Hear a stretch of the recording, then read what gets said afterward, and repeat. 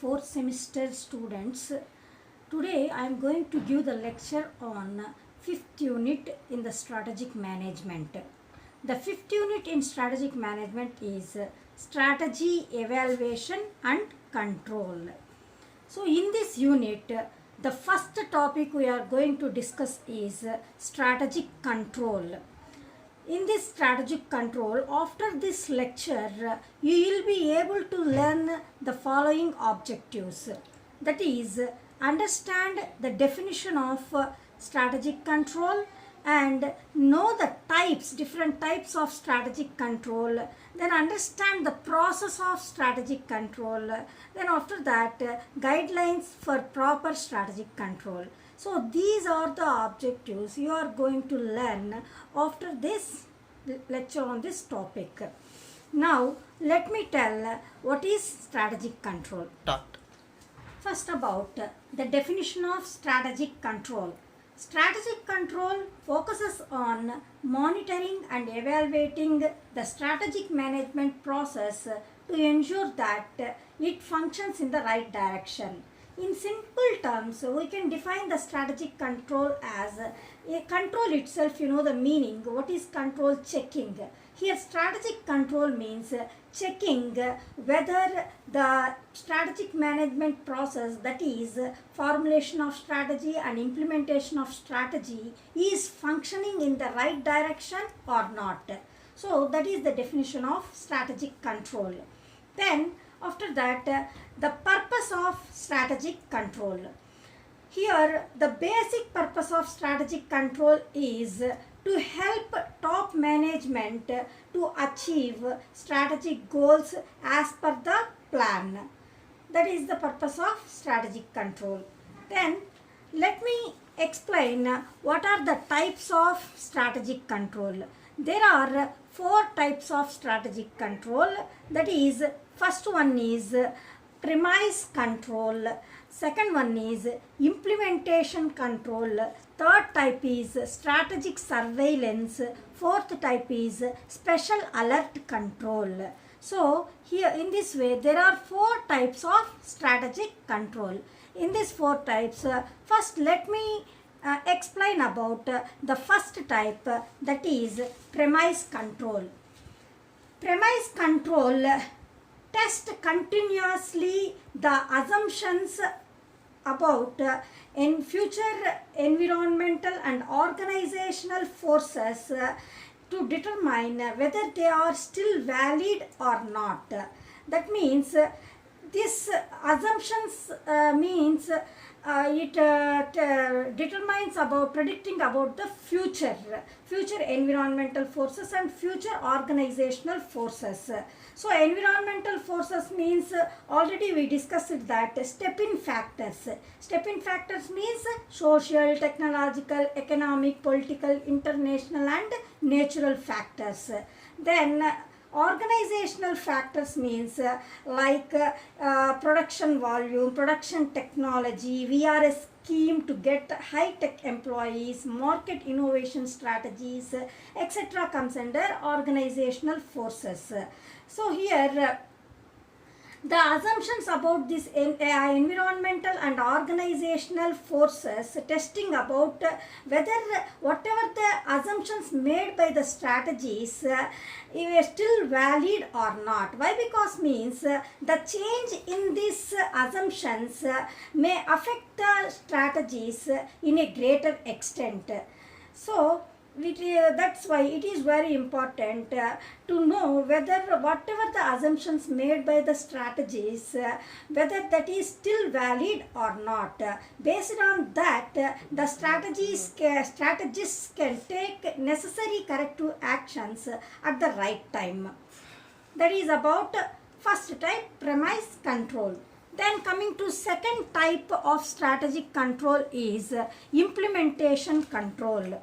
Implementation control means here, in order to implement a chosen strategy, there is a need for preparing good number of plans, programs and projects. To implement these plans, programs and projects, the resource allocation is necessary.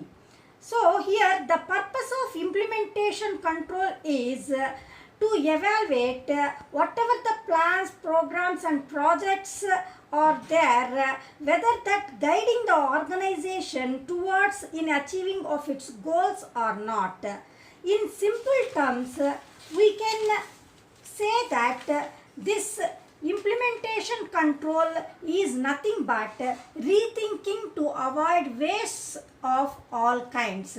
For example, it helps the company to evaluate whether the new product launch will really benefit or not. Another example, it helps the company to ascertain whether a diversification move is going to succeed or not.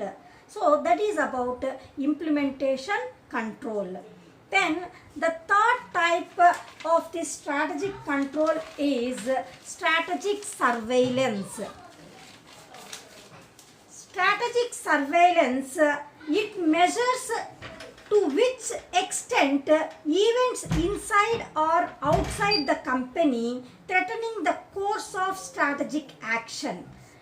That means this can be achieved through customer interviews, the review of industry related research and the monitoring of websites and social media. That is known as strategic surveillance. Then after that, the fourth type in this strategic control is special alert control. So this special alert control helps the organization to focus on sudden and unexpected events. That means it is responsible to help the organization in handling unforeseen events to crisis management teams. For example, sudden fall of government at central level or state level, or terrorist attacks, industrial disasters, or any natural calamities like earthquakes, floods, fire, etc. So, these are four types of strategic control. Next, process of strategic control. So, in the process of strategic control, there are 4 steps. That is, first step is setting performance standards. Second step is measuring actual performance. Third step is analyzing variance. Fourth step is take you correcting actions. So these are the 4 steps in the process of strategic control. First, let me tell about the first step in process of strategic control. That is, first one, setting performance standards. Evaluating an organizational performance is normally based on standards. These standards may be the previous year's achievements or the competitors' records or the fresh standards established by the management.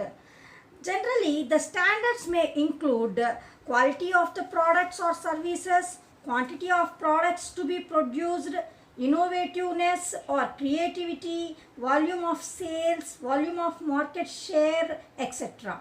These are some of the standards which is formulated by the top level management. That is about setting performance standards. Then the second step is measuring actual performance. Here the strategist has to measure the actual performance of various areas of organization.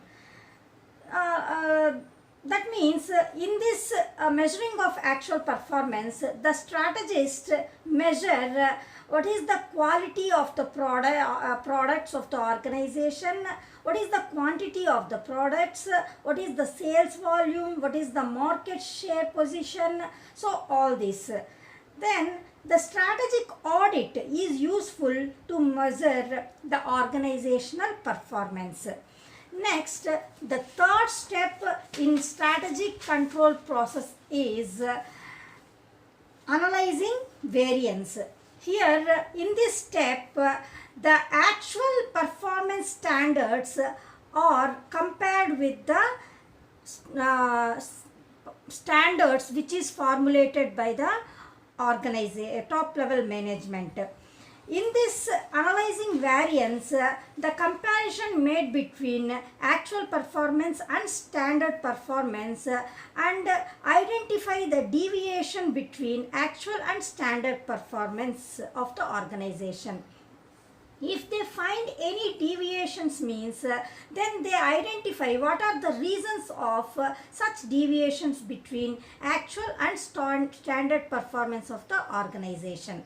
That is about analyzing variance. Next, the fourth step in this strategic control is taking corrective action. So here taking a corrective action means in this the strategists after identifying the gap between actual performance and standard performance, they will take the corrective actions to fill the gap between the actual performance and standard performance.